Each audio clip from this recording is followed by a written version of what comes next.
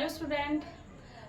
जैसे कि हम लोगों ने पारी के पेज नंबर 10 तक पढ़ लिए थे, आज हम पढ़ते हैं पेज नंबर 11। ठीक है, पेज नंबर 11 में जो आज का हमारा नंबर 1 पॉइंट आता है वो है औस्ट्रोक। क्या है नंबर 1 पॉइंट पढ़ेंगे। नंबर 1 पॉइंट हमारा आता है औस्ट्रोक कितने होते हैं। तो आचार्य सुश्रुत ने माने हैं 8 और आचार्य वाग्भट मानते हैं 11। कितने कितने मानते हैं। औस्ट्रोक आचार्य सुश्रुत ने माने ओस्ट 8 जैसे बनना है ना, तो आचार्य सुश्रुत ने माने 8 और आचार्य वाग्भट मानते हैं 11। जिसमें से जो 8 जो सुश्रुत वाले हैं 3 एक्स्ट्रा है, जो है खंड औष्ट, औष्ट अर्बुद व जलार्बुद। तो पहला पॉइंट कंप्लीट हो गया। पहला पॉइंट हमारे क्या था, औष्ट के रोग कितने हैं, मतलब औष्ट रोग कितने हैं। तो आचार्य सुश्रुत ने कितने माने हैं 8 और आचार्य वाग्भट मानते हैं 11। ठीक है, अब हम पढ़ते हैं नंबर 2, मतलब दूसरा पॉइंट क्या है उसके बारे में पढ़ लेते हैं। तो उसमें बोल रहा है कि गर्भिणी को यवागु देने का विधान, जो गर्भिणी होती है उसको यवागु देने का विधान कौन से महीने में देना चाहिए। तो अलग अलग आचार्यों ने अलग अलग माने। सबसे पहले पढ़ते हैं आचार्य चरक ने कौन सा माना है।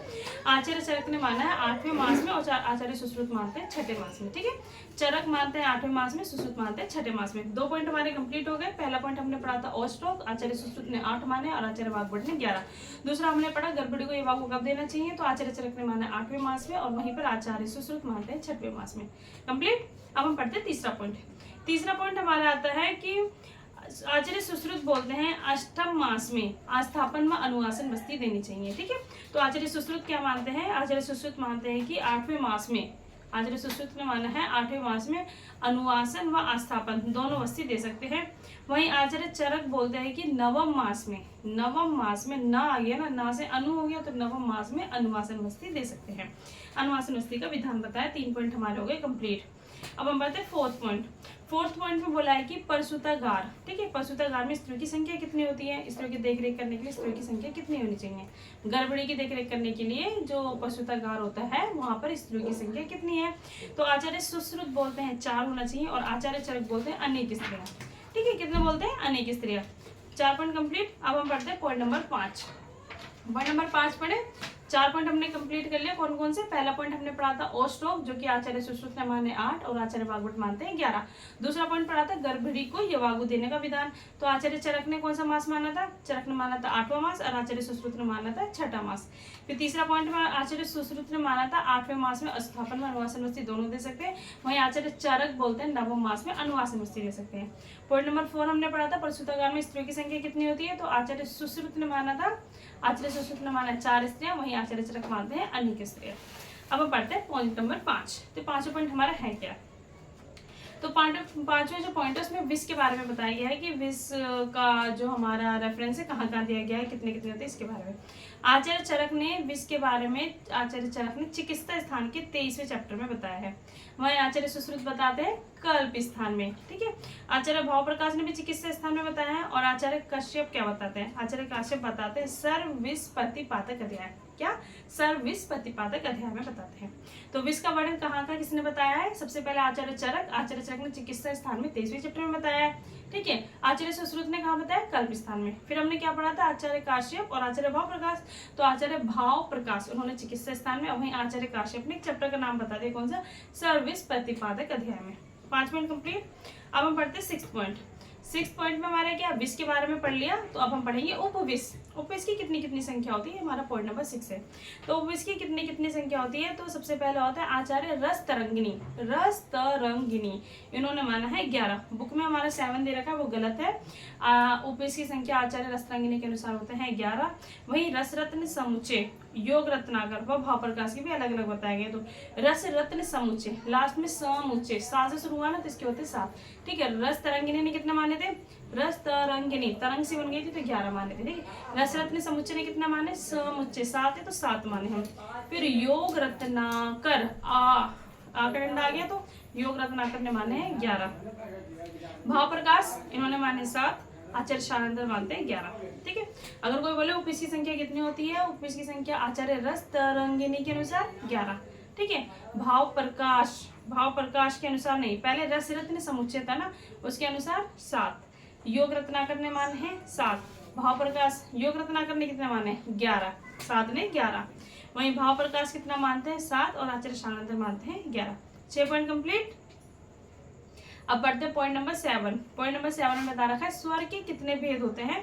तो आचार्य चरक मानते हैं 6, आचार्य सुश्रुत भी मानते हैं 6। चरक ने कौन कौन से छठ माने हैं? वातज, पित्तज, कफज, सन्निपातज, रक्तज और मेहतज। वहीं आचार्य सुश्रुत ने भी 6 माने। कौन कौन से? वातज, पित्तज, कफज, सन्निपातज तो है, यहाँ पर रक्तज की जगह इन्होंने माना है क्षयज और मेहतज तो है। तो स्वर के भेद अगर कोई पूछे कितना नंबर में याद रखना है तो चरक और सुश्रुत दोनों ने 6 माना है। चरक ने रक्तज माना और सुश्रुत ने रक्तज की जगह क्षयज माना है। पॉइंट नंबर 7, ठीक है, ये हमारे स्वर का भेद था। अब हम पढ़ते हैं पॉइंट नंबर 8। पॉइंट नंबर 8 क्या है? आरोचक। आरोचक मतलब कितने प्रकार के होते हैं, किसने कितने माने हैं? तो आचार्य चरक आरोचक मानते हैं 5 प्रकार के होते हैं। तो 5 में से 4 तो सबको पता है कौन कौन से? वातज, पित्तज, कफज, सन्निपातज, एक रही है तो हो गया मानसिक। वो क्या हो गया? मानसिक, ठीक है, मानसिक। 8 पॉइंट कंप्लीट, 8 पॉइंट कंप्लीट। अब होता है पॉइंट नंबर 9। पॉइंट नंबर 9 में बता रखा है 2 हृदय अवस्था, ठीक है। 2 हृदय अवस्था कब कब होती है? तो आचार्य चरक मानते हैं तृतीय मास में, आचार्य सुश्रुत मानते हैं चतुर्थ मास में, आचार्य वाग्भट मानते हैं 3 पक्ष से 5 मास तक, और आचार्य काश्यप भी मानते हैं चरक के समान यानी कि तृतीय मास में। 2 हृदय अवस्था देखेंगे तो कब कब कितने माना है? आचार्य चरक मानते हैं तृतीय मास में, सुश्रुत मानते हैं चौथे मास में, ठीक है। उसके बाद आचार्य काश्यप ने भी तृतीय मास में माना है। वाग्भट मानते हैं 3 पक्ष से 5 मास तक, ठीक है। पॉइंट नंबर हो गया 9 कंप्लीट। पॉइंट नंबर 10 क्या है? पॉइंट नंबर 10 है गर्भनाल छेदन, ठीक है। गर्भनाल छेदन जो करते हैं वो अर्धधार नामक शस्त्र से करते हैं। पहले तो आचार्य चरक और आचार्य सुश्रुत बोलते हैं कि 8 अंगुल पर करना चाहिए, वहीं आचार्य वाग्भट बोलते हैं 4 अंगुल पर करना चाहिए, ठीक है। पॉइंट नंबर 10 कंप्लीट हो गया। एक बार 10 पॉइंट देख लेते हमने क्या क्या पढ़े, फिर और पढ़ेंगे इसके आगे। सबसे पहले हमने पढ़ा था पॉइंट नंबर 1 ओस्ट्रोक। ओस्ट्रोक आचार्य चरक ने माने थे, कुछ नहीं माना। आचार्य सुश्रुत ने माना 8, आचार्य वाग्भट मानते हैं 11। सेकंड पॉइंट हमने पढ़ा था गर्भड़ी को यवागु देने का विधान। तो आचार्य चरक मानते हैं 8वें मास में, वहीं आचार्य सुश्रुत मानते हैं 6ठे मास में। फिर सुश्रुत ने क्या बोला था कि 8वें मास में अनुवासन वास्थापन दोनों दे सकते हैं, लेकिन आचार्य चरक ने बोला 9वें मास में अनुवासन देना चाहिए, ठीक है। पॉइंट नंबर 4 में हमने पढ़ा था प्रसूतागार में स्त्रियों की संख्या कितनी होनी चाहिए। तो आचार्य सुश्रुत जो है वो मानते हैं 4, आचार्य चरक मानते हैं अनेक स्त्रियां। पॉइंट नंबर 5 में हमने पढ़ा था विष का वर्णन, विष की संख्या कितनी कितनी होती है इसके बारे में पढ़ा था, और संख्या के साथ साथ संख्या तो नहीं, ये पढ़ा था कि इनका रेफरेंस कहाँ दिया गया, ठीक है। तो आचार्य चरक ने चरक चिकित्सा स्थान 23वें अध्याय में बताया है। सुश्रुत मानते हैं कल्प स्थान में, भाव प्रकाश ने भी चिकित्सा स्थान में बताया है, वह काश्यप ने माना है सर्विस प्रतिपादक अध्याय में। 5 पॉइंट कंप्लीट। 6वां पॉइंट हमने पढ़ा था उपविष की संख्या, रस तरंगिनी ने माने 11, रसरत्न समुच्चय मानते हैं 7। उसके बाद हमने पढ़ा था योग रत्नाकर उन्होंने माना 11, भाव प्रकाश का भी हमने 7 और सारंदर ने माने 11। पॉइंट नंबर 7 हमने पढ़ा था स्वर के भेद, ठीक है। पॉइंट नंबर 7 में स्वर के भेद जो आचार्य चरक ने भी 6 माने, सुश्रुत ने भी 6 माने। चरक ने 6 में कौन कौन से माने थे? वातज, पित्तज, कफज, सन्निपातज, फिर रक्तज और मेदज। वहीं आचार्य सुश्रुत इन्होंने भी 6 माना है, लेकिन रक्तज की जगह पे क्या माना है? 6। तो वातज, पित्तज, कफज, सन्निपातज, 6 जो मेदज। पॉइंट नंबर 8 हमने क्या पढ़ा था? आरोचक। आरोचक कितने प्रकार के होते हैं? तो आचार्य चरक ने 5 प्रकार के बताए। कौन कौन से? वातज, पित्तज, कफज, सन्निपातज, और एक हमारा लास्ट का था मानसिक। पॉइंट नंबर 8 हमने पढ़ लिया। अब आता है पॉइंट नंबर 9। पॉइंट नंबर 9 में हमने पढ़ा था 2 हृदय अवस्था जो आचार्य चरक ने 3 मास में, आचार्य काश्यप ने भी 3 मास में माना है, सुश्रुत चतुर्थ मास में मानते हैं, और वाग्भट 3 पक्ष से 5 मास तक मानते हैं। पॉइंट नंबर 10 हमने पढ़ा था गर्भनाल छेदन, ये अर्धधार नामक शस्त्र से करना चाहिए। आचार्य चरक व सुश्रुत मानते हैं 8 अंगुल पर, वहीं आचार्य वाग्भट मानते हैं 4 अंगुल पर। 10 पॉइंट कंप्लीट। अब होता है पॉइंट नंबर 11, वो होता है अन्नप्राशन काल, ठीक है। अन्नप्राशन काल क्या है? तो अन्नप्राशन काल अगर कोई भी बोले तो आचार्य काश्यप ने 10वें मास में माना है, इतना तो याद रखना ही है। वहीं और किसी का मान लेंगे जैसे आचार्य वाग्भट ने तो 6ठे मास में। अन्नप्राशन काल आचार्य काश्यप ने माना है 10वें मास में, और आचार्य वाग्भट मानते हैं 6ठे मास में। फिर होता है कर्ण वेदन काल। कर्ण वेदन, कान का वेदन कब करवाना चाहिए? इसके लिए आचार्य सुश्रुत मानते हैं 6ठे 7वें मास के शुक्ल पक्ष में, ठीक है। सुश्रुत मानते हैं तो शुक्ल पक्ष में, तो 6ठे 7वें मास के शुक्ल पक्ष में। वहीं आचार्य वाग्भट मानते हैं 6ठे 7वें 8वें मास में शिशिर आगम पर, ठीक है, शिशिर आगम पर मानते हैं।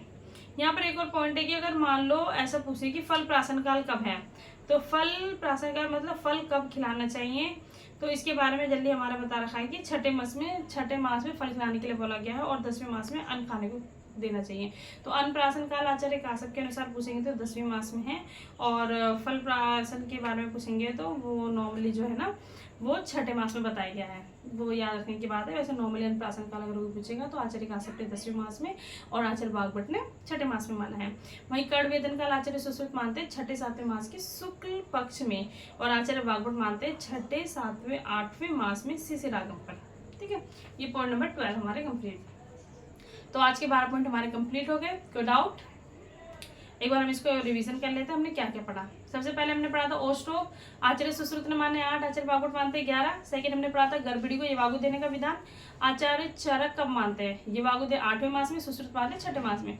फिर हमने पढ़ा था आचार्य सुश्रुत मानते हैं कि 8वें मास में, तीसरा पॉइंट में अनुवासन आस्थापन दोनों दे सकते हैं, लेकिन आचार्य चरक बोलते हैं 9वें मास में अनुवासन दे सकेंगे। पॉइंट नंबर 4 में पढ़ा था प्रसूतागामी स्त्रियों की संख्या, आचार्य सुश्रुत ने माने 4, आचार्य चरक मानते हैं अनेक स्त्रियां।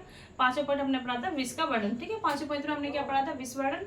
तो विष वर्णन का कहाँ का वर्णन किया, आचार्य चरक ने चरक चिकित्सा में दिया है। ठीक है, सुश्रुत ने कहा दिया कल्पिस्तान ने, भाव प्रकाश ने भी चिकित्सा स्थान में दिया, और काश्यप ने सविस प्रतिपादक अध्याय में दिया है। पॉइंट नंबर 6 हमने पढ़ा था उपविष्ट की संख्या, रसरंगनी ने माने 11, रसरस समुच्चय ने माने 7, योग रत्नाकर ने माने 11, भाव प्रकाश मानते 7, सारंग मानते 11। पॉइंट नंबर 7 वहाँ स्वर के भेद, चरक और सुश्रुत दोनों ने 6 माना है। चरक का क्या था, वातज पित्तज कफज निपातज रक्तज मेदज, और सुश्रुत ने रक्तज 6 माना है, इनकी वातज पित्तज कफज निपातज 6 और मेदज, वातज पित्तज कफज निपातज 6 और मेदज। पॉइंट नंबर 8 आरोचक, आरोचक के कितने टाइप होते हैं, तो आचार्य चरक ने 5 माने, वातज पित्तज कफज निपातज और मानसिक। फिर पॉइंट नंबर 9 दोहित अवस्था, दोहित अवस्था में चरक ने माने तृतीय मास में, आचार्य सुश्रुत मानते चतुर्थ मास में, और काश्यप मानते द्वितीय मास में, वागुट मानते 3 पक्ष से 5 मास तक। पॉइंट नंबर 10 क्या था, गर्भनाल छेदन, गर्भनाल छेदन अर्धान नामक सस्य करना चाहिए, चरक को सुश्रुत मानना है 8 अंगुल पर, वहीं आचार्य वागुट मानते 4 अंगुल पर। पॉइंट नंबर 11 अन्नप्राशन काल, आचार्य काश्यप ने माना 10वें मास में, और आचार्य वागुट मानते हैं 6ठे मास पर। पॉइंट नंबर 12 जो आज का लास्ट पॉइंट था, वो हमने पढ़ा कर्ण वेदन काल, कर्ण वेदन काल कब करना चाहिए, तो आचार्य सबसे पहले आचार्य सुश्रुत का पढ़ा था हमने 6ठे 7वें मास के शुक्ल आगम पर, यानी कि शुक्ल पक्ष में, और वहीं आचार्य वाग्भट ने माना था 6ठे 7वें के साथ 8वें मास में शिशिर आगम पर। ठीक है, अब हम मिलते हैं फिर से नेक्स्ट वीडियो में पेज नंबर 12 के साथ। Thank you.